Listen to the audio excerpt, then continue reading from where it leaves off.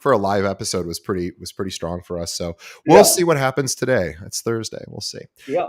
Okay. So I'm once we're done with our portion, eventually I'll record a proper intro. I'll do music, sponsors, all that stuff. But we'll just dive right in, of course, to the interview portion. Okay. So everything looks good. You look and sound good. So I'm just going to put this down a little bit. And levels look good. And let's roll. All right. So, okay. Quick sip of water. Okay. Okay, today my guest is Sam Sawyer with Pinnacle Realty Advisors in Austin, Texas. Actually, Pinnacle is all over Texas. Sam is an Austin guy, but let me tell you more about Sam. Sam Sawyer has been licensed to sell real estate since he was, and this is incredible, 19 years old. At 19 years old, I was not that mature, not that forward thinking. So I'm always impressed when I talk to agents who started that early and knew that that's what they wanted to do. But Sam began his career while attending Southern Methodist University, SMU, in Dallas, where he helped friends find apartments and condos. Very smart idea for a college student. Following graduation, Sam worked his way up to senior vice president at Briggs Freeman Sotheby's International Realty. So Sam later left Sotheby's to help launch a brokerage called The Collective with two other industry-leading agents, which was eventually acquired by Compass. Prior to launching Pinnacle Realty Advisors, Sam worked for the Y Combinator graduate and venture-backed startup Zero Down in Silicon Valley as their VP of real estate operations. Sam now lives in Austin and looks forward to expanding the Pinnacle Realty Advisors brand nationwide, and we are excited to see him do that. Sam, we are so excited. Oh, before I bring you on, let's say how people can find you. So a couple of ways that you can learn more about Pinnacle Realty Advisors. First, visit their website, which is pinnaclera.com, pinnaclera.com. And also follow Sam on Twitter. You can find him at Sam H. Sawyer on Twitter. By the way, we will have links to both Sam's website and his social accounts in the show notes. So you don't have to write that down. Just scroll down to the show notes and visit Sam and check out what he and Pinnacle are all about. Sam, welcome to the show. Yeah, glad to be here. Thank you that was a nice intro. Thanks a lot. Well, I'm grateful to have you on the show. You've been in real estate for a long time. And let's start at the very beginning, because you have done a lot in real estate. A lot of times when I interview people, it's like, well, I've been a broker for the last, or an agent, whatever it's called in the state that people are listening to, for 30 years. And I basically done the same thing for 30 years. You have not. So I am super excited. But how did you get involved in real estate? Yeah, well, I don't really know. I'm still doing it, but I guess I kind of started kind of on accident. I played lacrosse in college. And so in the summer, I would stay and do summer school. And I was just really bored one summer and got my real estate license. And then kind of started out. So that was in between like freshman and sophomore year in the summer. And then kind of started out helping friends on the lacrosse team find apartments, and then, started helping other people on campus find places to live.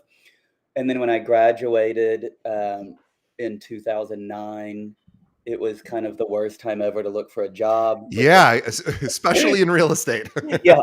And so I actually never intended on remaining an agent or doing what I've done, but it was kind of like timing, pushed me a certain way. And so I started working at basically Briggs Freeman was a company in Dallas that had been around. They've been around for a long time, but they joined the Sotheby's network kind of in right around the time that I joined. So I worked at Sotheby's in Dallas for a number of years. And then myself and Jonathan Rosen and Christy Berry, who are two other agents there, we left and started a boutique, pretty traditional boutique, high-end, like luxury firm in Dallas that we built up to a number of agents, 30 agents or so. And that was in 2018 when Compass was expanding across the country.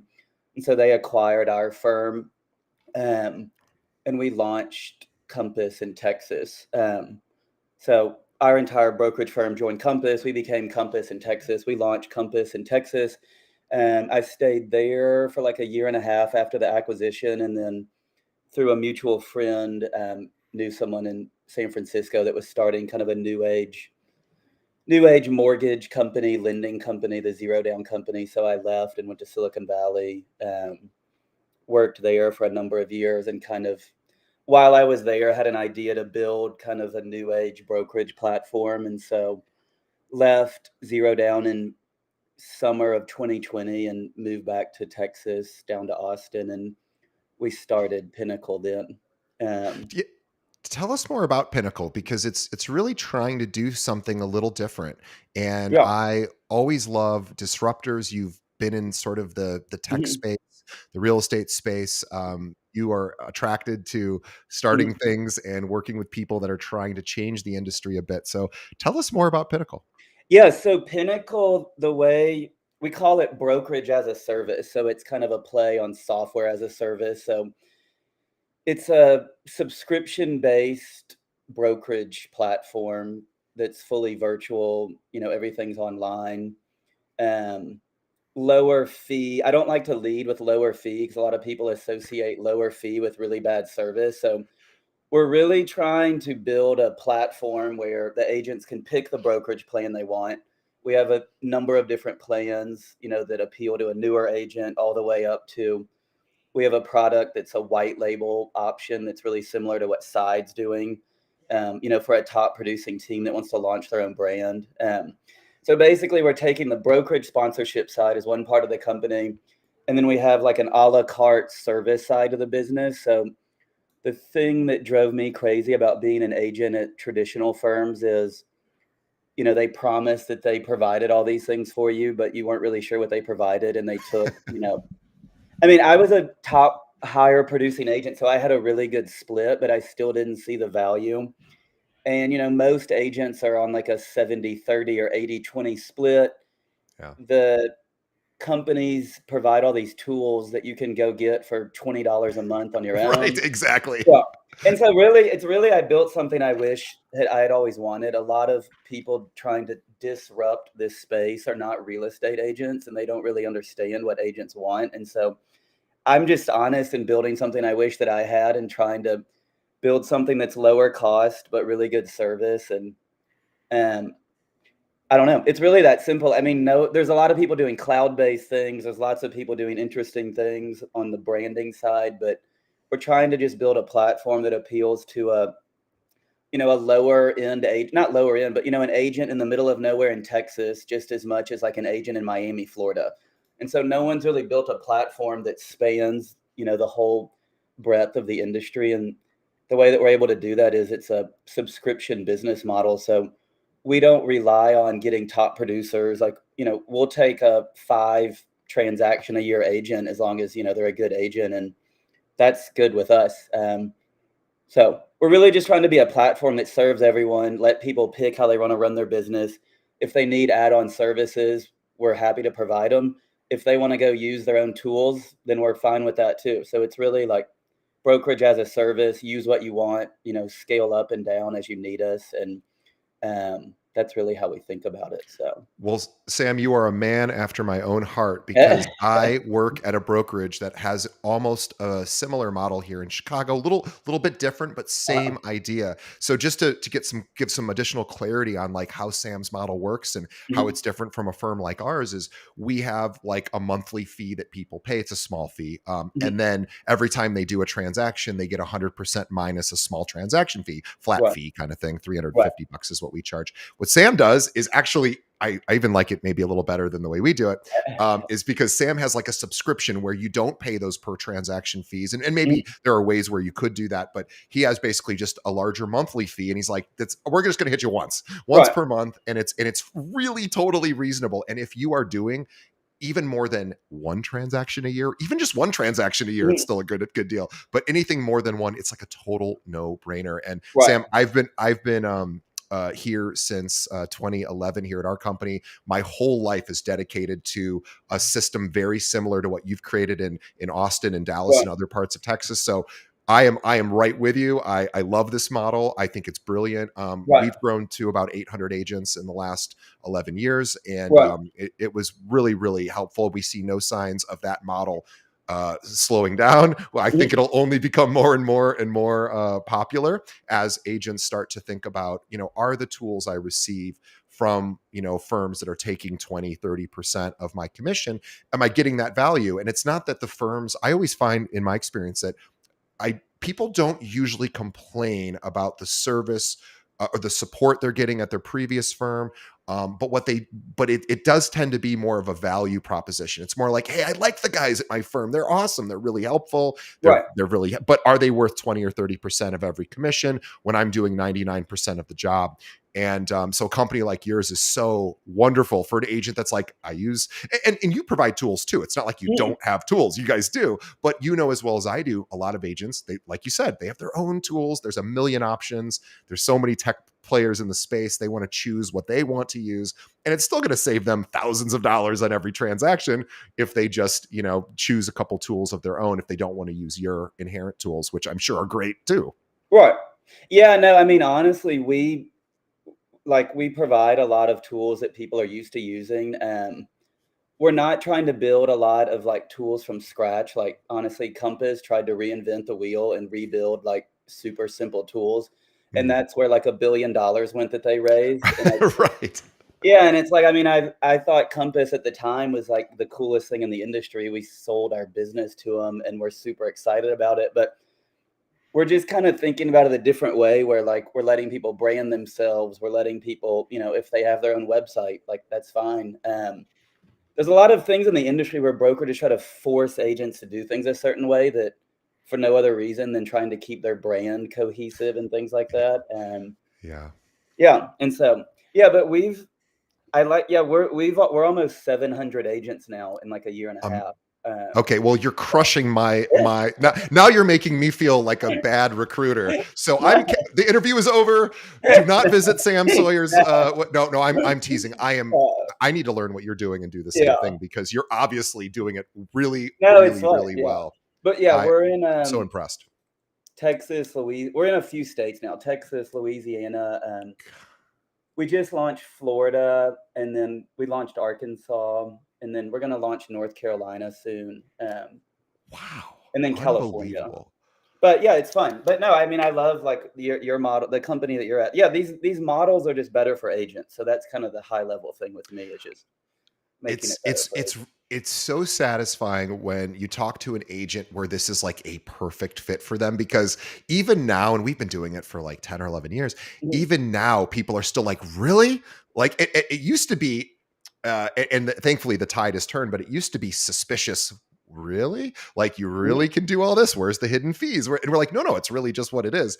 And once people started getting more used to these models, because obviously you're not the only person, brokerage in Texas that has this Right, model, it's becoming more popular, but it's still, I don't know, at least here in Chicago, it's maybe 5% of the agents are at firms like ours. So it's not that common, but it's now, I don't get the like, what's the catch? I mhm, don't get that as much. Now I just get, oh, that's cool. But in the past, it was like, this sounds a little fishy. And it's like, oh no, it's what's brilliant about the fact that people respond that way to me is that the branding is so strong at the other firms that they don't look suspicious. Sometimes the 100% firms look suspicious. And it's like, actually, I would right, kind of think of it the other way personally. for sure.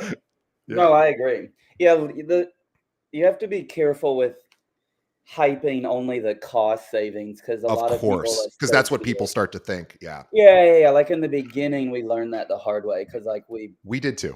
yeah. And then you attract some people that aren't a good fit. And then, yeah, I don't know. But like when you approach it as like a service first, lower cost, build your own business, yeah, I mean, it attracts great agents. We get agents from, some of the best firms around. And then once Uh, they're here, then they start telling. then they get it. They're like, oh, Yeah, this, yeah, yeah. because the reality of it is curious at your thoughts on this. When we first started, we only were going after agents to transfer from other firms in, not Mhm. brand new agents, because at that time we didn't have training and support in Exactly. any real way, and we just wouldn't have felt right about bringing on a new agent. And so we only brought over existing agents who really didn't need a lot of help, just in Right. case. What we learned very quickly was when any agent needs help, we can't say, well, we're kind of this 100% model. We can't really help you. Like, that does not fly. So what we learned is we have to provide, in some cases, even better support than we would maybe anticipate, because we Mhm. don't want people to ever feel, oh, well, they're not really going to help me. Right. No, no, I agree. I mean, we really just started taking brand new agents like recently. Yeah, Kind us of the too. same idea. It was like the mid to higher end agents don't need as much hand holding in the beginning, but like newer agents to me is a great way to grow. But like to me, we think about that like we want to build like a real like mentor slash new age training program, not like I don't know. Some of these training programs at the legacy brokerages are like worse than like sitting in third grade in 1995. Um, and so we're I'm trying to I'm rethink. never too busy for your referrals. Yeah, like the donuts in the office and like somebody you don't want to talk to. Yeah, but like we're trying to rethink like partnering up newer agents with older agents, and really like I mean we're a Smart. cloud-based company, but trying to connect people in real life. Like we're not like a faceless. Like we get that sometimes too. It's like, oh, how is there a community? It's like we do in-person events with our agents. We have a Slack channel with all the agents. Like, I honestly think our agents talk to each other more than agents at a traditional firm, but it's just Totally. different ways than acting like the office is this place where that happened. Because even before COVID, the only real estate agents that sit in the office are the ones that don't sell anything. Um, It's a good so, point. I don't know. Like, it's just funny. Like, Compass in Dallas had this fancy office. It was awesome to go there, but, people are only there on, like, Monday from 12 to 4 because there's an office meeting, and then no one's there. And it probably cost, a couple $100,000 in rent or whatever. So it's like, I don't know. You can spend the money in way better ways than paying rent or, like I mean, I'm sitting in this, little crappy office in Austin all by myself. Like, we don't spend a lot on our staff and Uh, things like that. we're So, yeah for us, we spend the majority of our stuff on staff, but our offices are not fancy. right. They just are. And you know what, almost we even were able to leave ours open 24/7 just because we own the building and whatever. Yeah, But the reality is no one uses it. Even we have almost 800 agents, nobody uses it. So exactly. yeah, so it's like, when for agents where having a fancy office is important, and there are agents where of course that's important to them and that works for their business model, but that's a very few small percentage of agents. So the vast majority, I think, are coming around because they're going, wait, I really work out of my home mostly anyway, out of my car.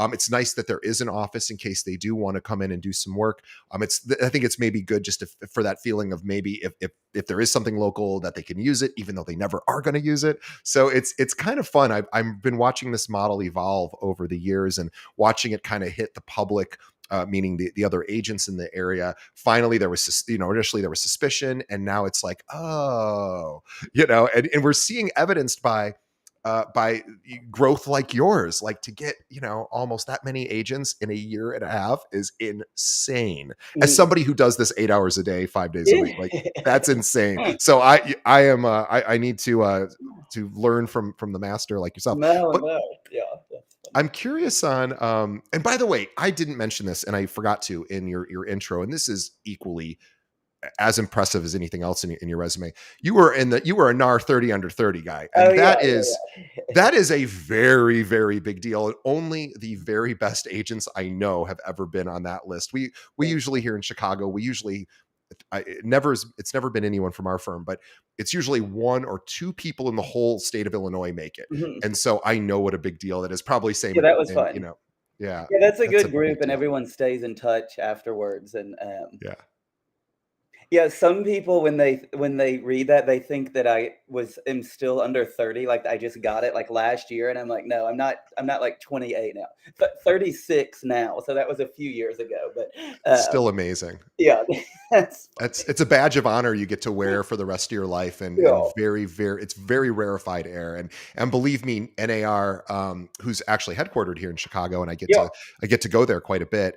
They take that that thing very, very Oh, seriously. yeah. So The it's a verification big on deal. that was, like, harder than getting your passport or something, like, it was yeah, you had to get a lot of references. I mean, it was fun, but, yeah, everyone should, you learn something even applying for it. If you're under 30 and an agent listening to this, it's like, it's not just all about sales. It's a lot Right. of things go into it, so Yeah. I've It met has to. some super cool people through that, and it's a great group, so that's awesome. So let's talk about 2023. So we're, I don't know, a quarter of the way through the year or a third of the way through the year now. And, things, I think it's the spring market and in many local areas that's going to increase activity, but we still have rates that are not what realtors would like them to be for lending. Although they are what they are, and that's preventing some people from wanting to buy. We have still lower inventory in many major markets. So you're seeing, I imagine, I mean, Austin is is always fun and exciting. I don't know the real estate market there, but I assume it's probably booming like it always has been. But what are you telling, because you have agents in different states, what are Mhm. you telling agents to focus on this year, especially for those that maybe the phone's not ringing as much as it was during 3% interest rate days? Yeah, So what are you telling agents to do? yeah, I mean, with the way that I kinda started out in a market that was way worse than this one, like, in 2010, um, it was, like, impossible to get things done, and people were way more afraid, and, like, things weren't happening, and I think right now there's kinda, like, this shock in the system because rates moved so fast, and everyone kind of freaked out, and prices a lot of things were happening, but coming out of COVID, prices are up, mortgage rates were low. But to me, like with our agents, or just when people ask me, it's like there's always people moving, and like there's always like it's not like people stop moving or stop selling houses, even if there's less transactions. So you may have to like work a little bit harder or try different things. But I mean, one thing I would always do is just go back to people that you had helped, rent a house or buy a house, and literally just call them and ask them like, "Hey, do you know anyone moving?" Or like, "Can I help you like figure out how much your house is worth?" Like something I used to always do is like It's, call it's a friends great and be one. like, "Hey, yeah, do you want to know like what homes have sold recently?" And not just send like some stupid email, like actually like call them or text. Yeah. You don't have to Or meet call. them in person and take them Yeah, yeah. to coffee or something. Yeah, like, Yeah. you don't have to call like, honestly, a lot of my clients were busy and they preferred texting. Like, like, some that's fine. I don't think that's impersonal. I think sometimes people think they have to call. I think you just do whatever makes sense, but, um, just asking people for, business, and, like, a lot of younger agents are afraid to do that, but I used to, like, send, like, 15 written notes a week. Like, I would literally Awesome. every The, Monday the, have a the Brian Buffini method, the yeah, tried and and I true didn't even personal know that, notes. here's a note like, I still do this. And, Yeah. yeah, and, like, on Monday, I would put 15 out, and then by I wasn't always like I would get it done. I'm not acting like I Sure. always did it, but would try to just write, like, even, like, "Hey, Sam, like, good seeing you today at the coffee shop." Like, it didn't have to be anything, like, in depth. It's more just, like, sending somebody something in the mail. And, like, I bet 80% of my business came from referrals, Yeah. and I didn't do a lot of advertising and things, so I think if you just I don't know. It's really just asking people if you can help them. And the market, there's nothing you can do about it except, like, figure out a way to make stuff happen. So I get pretty, like I don't feel sorry for agents that complain about the market because there's nothing they can do about it. Right. Right. So you can always find a way to sell a house, and, like, those still will be, like, 4.5 million transactions this year, they're saying, which is off, from, like, 6 million. But I don't know. Real estate residential real estate's the only job in the world where every single person you walk by every day needs somewhere to live. Like, there's no other Yeah. business on the planet like this, so Yeah, funeral directors, people who cut hair, right, and real estate agents, they exactly. all are going to stay in business if they keep working. Your idea is such a good one about if anyone out there, if any of our listeners or viewers are maybe again the phone's not ringing as much, maybe you're in between sales and you don't really have anything to work on. If it was me, and I'm just taking what Sam said, and he can tell me if this is a terrible idea if I misunderstood him, but what I would do is what Sam suggested is I would call everybody I know who owns a home, whether they were my client or just a friend, and especially if they're a friend, because what you can say is, look, I know you have an agent, but I want to I'm working on honing my skills for CMAs, for competitive market analysis, and I would just love, because it helps me keep my skills sharp, I'd love to send you an update on what I think your home is currently worth, because I went on Zillow and I saw what they put for your home, and I actually think that might not be totally accurate. So what I'd like to do is give you my own 2 cents on it. Can I just shoot that over to you, or maybe I can drop it by or whatever, and make that just a practice of doing once a month once a year for Mm, everybody you know. And again, you're adding value, because I mean, doesn't everybody want to know what their home's worth? Like, but they might not think to look it up themselves because they're not thinking of moving. And if all of a right. sudden they see that the value is different from what they expected in a positive way, they might go, "Hey, you know what? Maybe it is a good time to consider getting out." Right. So and then if they were like, hey, that thank you for this, we're happy, we're not going anywhere, then I would say to that person, like, hey, great, if this was helpful to you, one way that you could help me out is just anyone else you know who owns a home, who's maybe, thinking about, their home value, like, I would love to run a CMA for them. There's no cost, I'm not going to pressure them to use me, I just want to sort of keep honing these skills. So boy, I mean, you could stay busy every day of the week just doing those. Yeah. Yeah, I mean, it's the truth, and yeah, a lot of people, weirdly, when I would ask them, like, "Hey, do you know anyone moving?" They would be like, "Oh, yeah, like, I didn't know that you wanted more clients." Right. Like, real estate agents think that that's, like, crazy, but normal not normal, I'm not saying real estate agents aren't normal, sorry. Like, customers and clients sometimes don't send referrals because they really think they're, like, bothering their agent because they assume some agents are, like, so busy. But, like, you have to just do it in a nice way, like, "Hey, there's a cool house on your street for sale, like, thought you may wanna see this, it's listed for 1.3 million," and that's it. You don't have to, like, have any Yeah. intention, but then they just kinda remember you, and they're like, "Oh, Sam knows houses in this neighborhood," or, you Yeah. know, I don't know. That's something that I think a lot of new agents today just don't do, and they think they can go buy Zillow ads and build their business, and I think that that's a horrible way to go about it. Like, you can do it, but what you have to realize about Zillow leads, and we probably could agree that those are some of the more high quality internet leads that exist, Mhm, because of for course sure.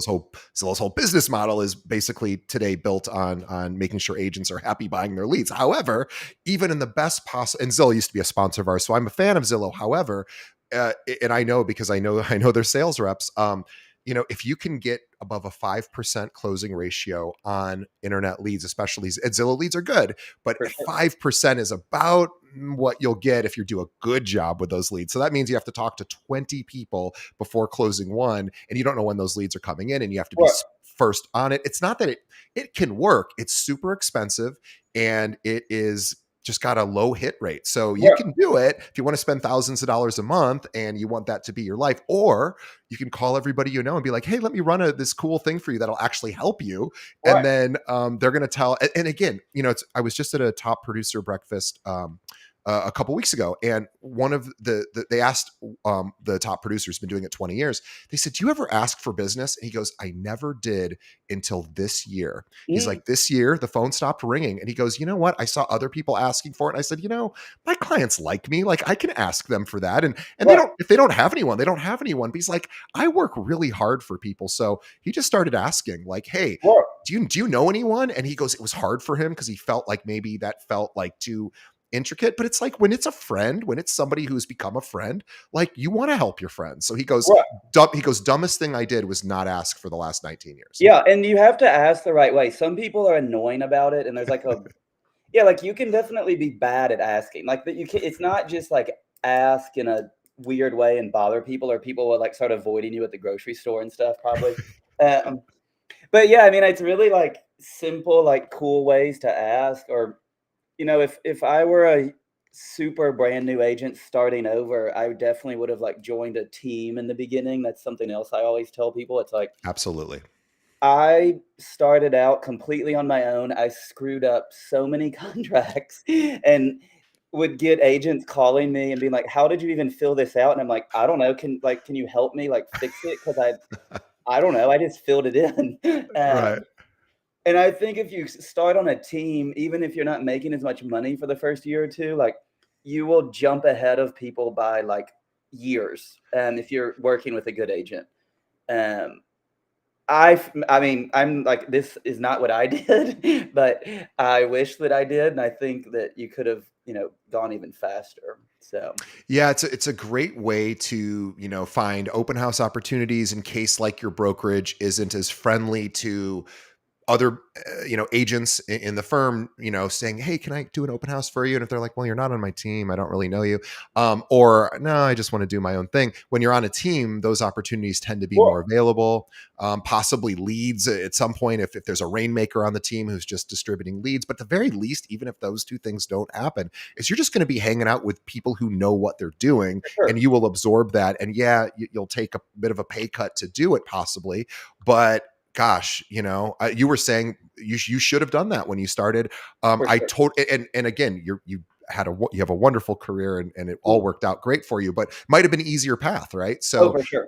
totally agree with you there, and I give that suggestion as well to Yeah. any new agent. And we don't have a lot of teams here, so a lot of times I'm, as much as I would love to have the person day one after Mhm, they get their license, a lot of times I'm like, look, we'd love to have you. We don't really have, a lot of teams. So we don't have a mhm, lot of those opportunities. We'll train you and we'll do a good job. But if you really want to get experience, like, yeah, maybe go find one of these big successful teams. And mhm. then you can always join us later too. Yeah, yeah, Um, yeah. No, for sure. That's smart. well, I'm such a fan. I'm so glad that we're talking, because again, I just want to spread the 100% love out there. Not that we don't like traditional brokerage models too. Mhm, There's room for everybody. There just is, and there's some really, like, there's. I love all the big franchise firms. I think mhm, they're expensive, but I do think they provide amazing quality support. They do. There is a place for them. Obviously, in the industry, they're still mhm, reign supreme, but it is starting to shift a little bit. And we're seeing some of these brokerages with a little bit of a different business model coming in, like you, and mhm, just kind of just taking over. And it is so exciting to watch. And mhm, I can't imagine, the franchise or the large sort of national, international firms, the big brokerages. I'm curious on how viable they think their model will continue to be into the future. I mean, maybe it will. I don't know. I think mhm, it's gonna start, like, when top producers start moving to, and they haven't really done that much here in Chicago, but I know in other markets that mhm. that has happened, and it's like the floodgates just open, because then Yeah, everyone goes, I want to go where that guy's going. right. No, I mean, we've seen that in a lot of our markets where you get a few of the Amazing. bigger agents.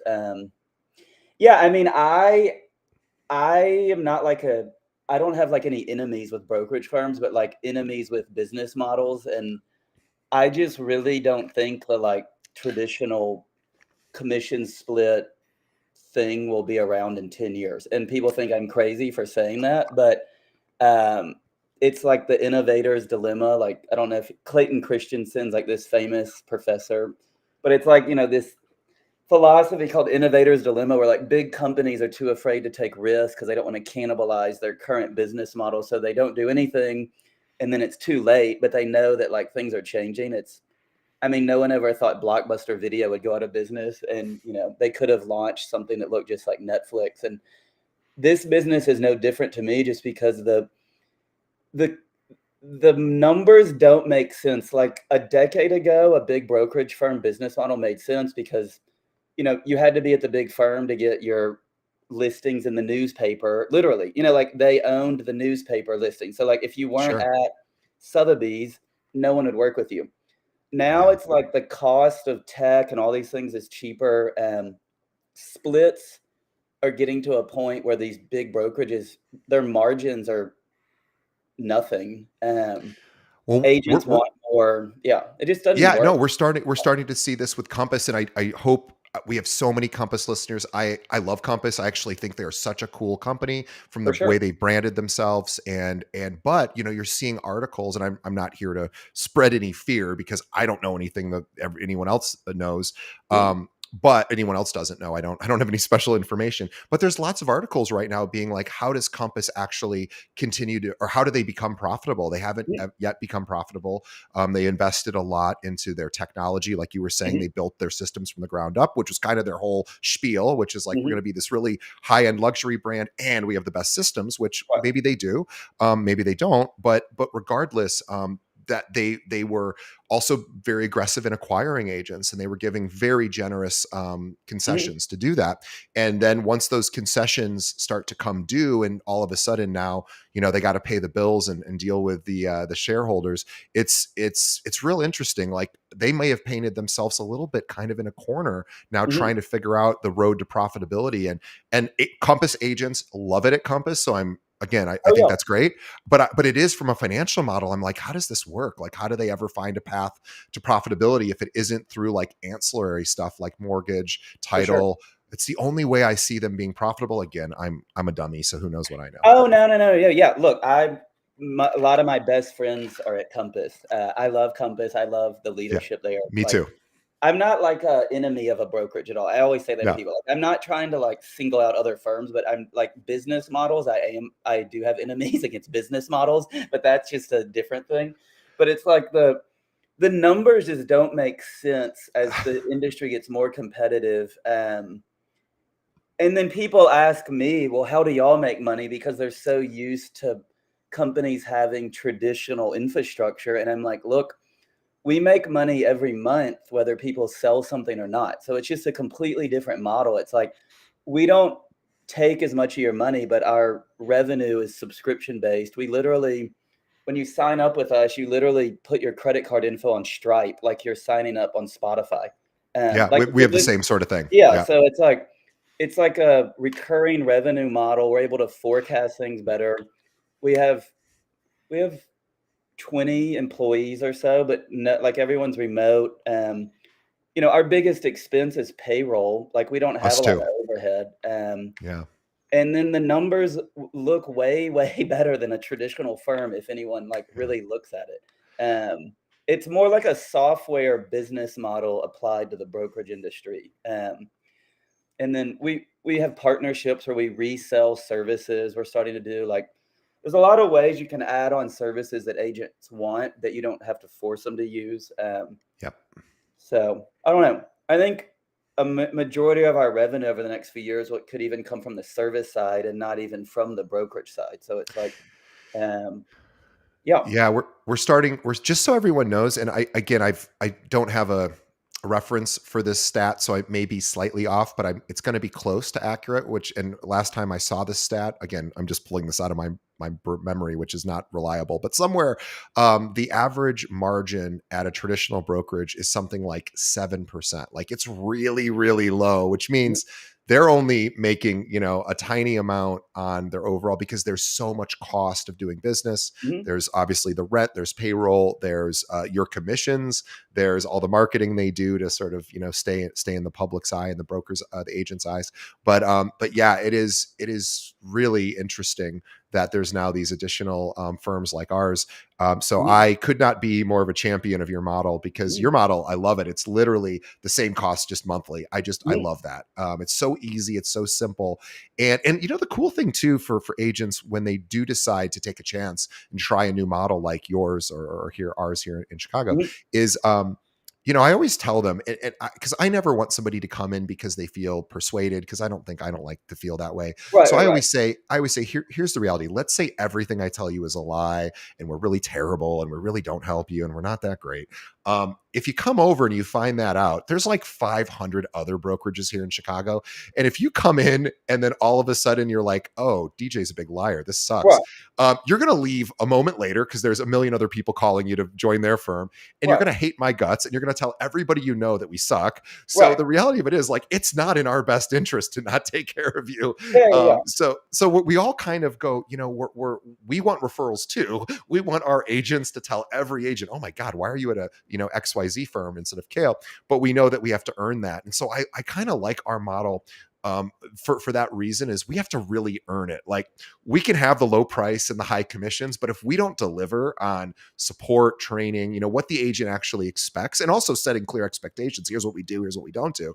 But if we don't actually deliver on that, everyone's going to leave, and you know it as well as I do. So in some Right. ways, I almost think firms like ours maybe even have to work a little harder to keep Mhm. agents happy because they might think, well, maybe I'm not going to get a whole lot, and then we have to go like, no, Right. you're going to get all this cool stuff. Yeah, yeah, and then once they're there, they realize that it's Yeah. the same or better, Yeah. and they're making more money. Yeah, I don't know. I mean, I think there's a lot of industry shifts that are making these things easier, like the agent as the brand is what I call it, but like the agent name is way more important than like the brokerage name in a lot of markets. And 10 years ago, it would be Sotheby's or like you would say the brokerage name first, then like Of DJ at course. Sotheby's. Now it's Yeah. like, here's Sam's number. He works in these neighborhoods. Like people don't even really know where you work. Um, Right. so I don't Well, know. There's like a whole, EX. I could talk about this for a long time. It's like, Well, it no, all I, goes I back love it. like, Go ahead. I'm sorry. Go ahead. yeah, it goes back like 30 years ago. Like big brokerages, when this industry started, the business models were the exact same then as they are now. Back then, it made sense because literally the newspaper, I've written a blog about this, I'll send you, but you had to be at the big firm to get in the newspaper. And that was literally how listings were distributed before Yeah. the internet. Hmm. And I'm not even joking right now. Like I remember my parents when I was little would like circle listings in the Oh newspaper. yeah, me too. I And if you remember. weren't at the big firm, no one knew your house was for sale. And so, like, Right. that is why the commission split model, like all these services back then, It made agents sense. had, Yeah. yeah. And now everyone's still doing the same model and we're like launching people to Mars. Like it just doesn't Right. make sense. Like the world has changed, but the brokerage business model blows my mind because it has not changed. It has not changed hardly at all in like 40 years. Well, and then EXP comes along, more prominently in the last, Yeah, let's say, five years, and they basically it's. And again, I'm not here to be disparaging on EXP. I think EXP is fine. Obviously, they're right, being crazy successful. They're one of the only firms, and all they did was slightly tweak the traditional model by basically saying no more offices, nobody cares, and we're going to go more virtual. We're going to give you a slightly better commission split than what you're probably getting, and by the way, anyone, they kind of created this multi-level marketing thing where you can get your downline, where you can have agents from all over the country and you get paid a certain percentage on whatever their deals are. And that really, really worked for, I know agents, some agents like EXP, some don't. So whatever your feelings are about it, it has been crazy, crazy successful. And where EXP saves all their money is they don't really do any marketing to the consumer, to the home buyer or home seller. They're like, nobody cares. Only right. people care about you, the agent. So we're going to put that money back into you and kind of give you an incentive to keep recruiting and whatever. But your clients don't care where you work. So why are we going to try to appease the client? We want to appease you, the agent. They were really the first model I saw that, and now there's been a few other firms that have followed suit. But it was pretty brilliant. It was just a minor tweak. Right. No, I agree. It's like that model, like, and now it's like the recruiting thing, I mean, yeah, a lot of these companies start doing the same thing. And it's like, we take inspiration from other companies. It's like it's a Sure. huge industry. But I think just the funny thing to me sometimes, like companies have pulled back from this, but like when Compass first came on the scene, every other firm started touting their technology, and there was like this technology war, is what I Yeah. call it. And then, like, now we're in this phase where, Remax or Coldwell Banker or someone, laid off all of their internal tech and partnered with like KV Core. And Yeah. that's fine. Like, I don't think like a firm is way more than its tools to me. And it's like there's all these other things that make a firm, and there's different firms for different people. It's like sometimes people ask me like, "Oh, how are you gonna like take over this firm?" And I'm like, we're not trying. We don't think about it like that. Like Yeah. We don't there either. should be different options, and like no industry stays the same. Like a decade from now, there's no way the top firms will be the top firms. There'll be a lot of new firms that people haven't heard of right now. Um, And maybe I'm wrong, but I'm gonna try to figure it out, and hopefully everyone on here will know who our firm is in the next couple years. Yeah, well, it's clearly already happening, but Yeah, I think of it too with like cable television, right? I mean, it hasn't officially gone away. Obviously, there's still millions and millions of American for sure. subscribers to cable television, but I would love to see the graph of that over the last 15 years about Well, subscriber growth versus people who just go, I'm just going to pay for 4 or 5 different streaming services. And, now everybody's used to doing that, paying monthly fee for their HBO Max or their Hulu or Netflix. We all sort of are like, yeah, we get it. Okay, we see the value there now. mhm, Initially, it was a little like, oh, how are they going to compete with the cable right. companies? Well, they served a need where people didn't want 500 channels of things they didn't watch, and paying $200 a month for it, where they can pay $15 a month and get like half of the shows they want. And Right. so it's been and now it's like I don't even know people that are actively looking for cable in their, some people still have it because they, for whatever reason, they still want cable. Yeah. But the vast majority of people I know don't even have that anymore. And so No, I we're, don't. we're, Yeah. Yeah. yeah, perfect. Yeah. And Yeah. so I think that will happen, to the big brokerages if they don't adapt and figure out how to be profitable by being a bit more generous to their agents. Because eventually the tide is already turning, obviously evidenced Mhm. by the success of your firm. Is the tide's turning. I mean, geez, if I could hire 700 agents in a year and a half, I'd be a very happy man. No. So you are doing amazing work in the different areas that you're in, and we should talk about this. So this is a Yeah. great place to wrap up. So if you are an agent and this conversation was like piqued your interest, and you're like, Mhm. ooh, I didn't really know this was an option, and it's not in every local market. Like where I'm from in Peoria, Illinois, smaller city, they just don't have 100% option there. It just doesn't exist. And maybe Mhm. someday someone will figure out how to do it, but it's worth finding out if it does exist. And so, Right. Sam, tell us, what markets are you in for? We have agents all over Yeah, listening. yeah, yeah. So Um, we think about it on like a state by state yeah, basis. We don't focus on certain cities just because we all of our operations and everything is, online. So yeah, Texas, Louisiana, Arkansas, Florida, and then we're launching North Carolina like next week, like May 1st or May 2nd. unbelievable. And then California is one where we're getting a lot of like inbound interest. And so I'm actually trying to figure out how to launch that like in the next 30 days. If You're anyone amazing. listening here is in California, I'd love to talk to you. But California, Texas, and Florida are all similar markets, so we Yeah. feel comfortable there. And I used to live in San Francisco, so I have Well, a and those are the three biggest markets. So you guys yeah, are, yeah, and you're in Louisiana and North Carolina yeah, shortly. Yeah, if you are an agent in any of those areas, just owe it to yourself. Even if you're like, I love my firm, I'm not leaving. Cool, don't leave, but learn yeah, what other options exist. Because maybe today it doesn't make sense, but maybe in a year from now, all of a sudden there's a regime change at your office, and your yeah, favorite managing broker left, and the new person you don't like, or whatever. This is for sure. just check out what they're on. And by the way, great website, really impressive. It's Pinnacle RA. So Mhm. RA. So pinnaclera.com is where you go to learn about the different subscription models they have. And you can just figure out if it makes sense for you. And it takes time. For some people who explore this right away, they're like, let's do it. Other people, as you know, it takes years sometime for them to go, okay, I'm ready. I'm really ready to move. So this is just a great way to plant the seed to see if it's something that you want to do. So go to pinnaclera.com. And also, let's check out Sam on Twitter. So you can find him, Sam H. Sawyer, on Mhm. Twitter. You can read all about his thoughts and learn what Elon Musk is currently up to, fixing, Mhm. hopefully fixing Twitter, or breaking it and having fun breaking it. Oh So man, I it know. is a fun time to be on Twitter these days because it's always changing.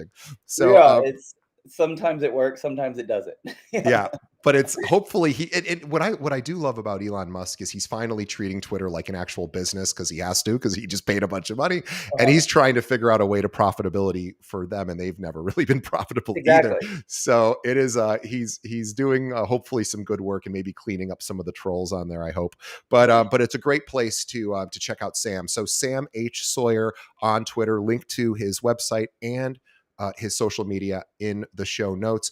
By the way, on behalf of the audience, we want to thank Sam. He is a busy, busy man. Has thousands of agents working with him. Has got to run a whole team, a company. He is a busy guy, and he took an hour out of his busy day to help talk to us and our agents. So on behalf of our listeners, we thank you. We appreciate you, Sam. You're great.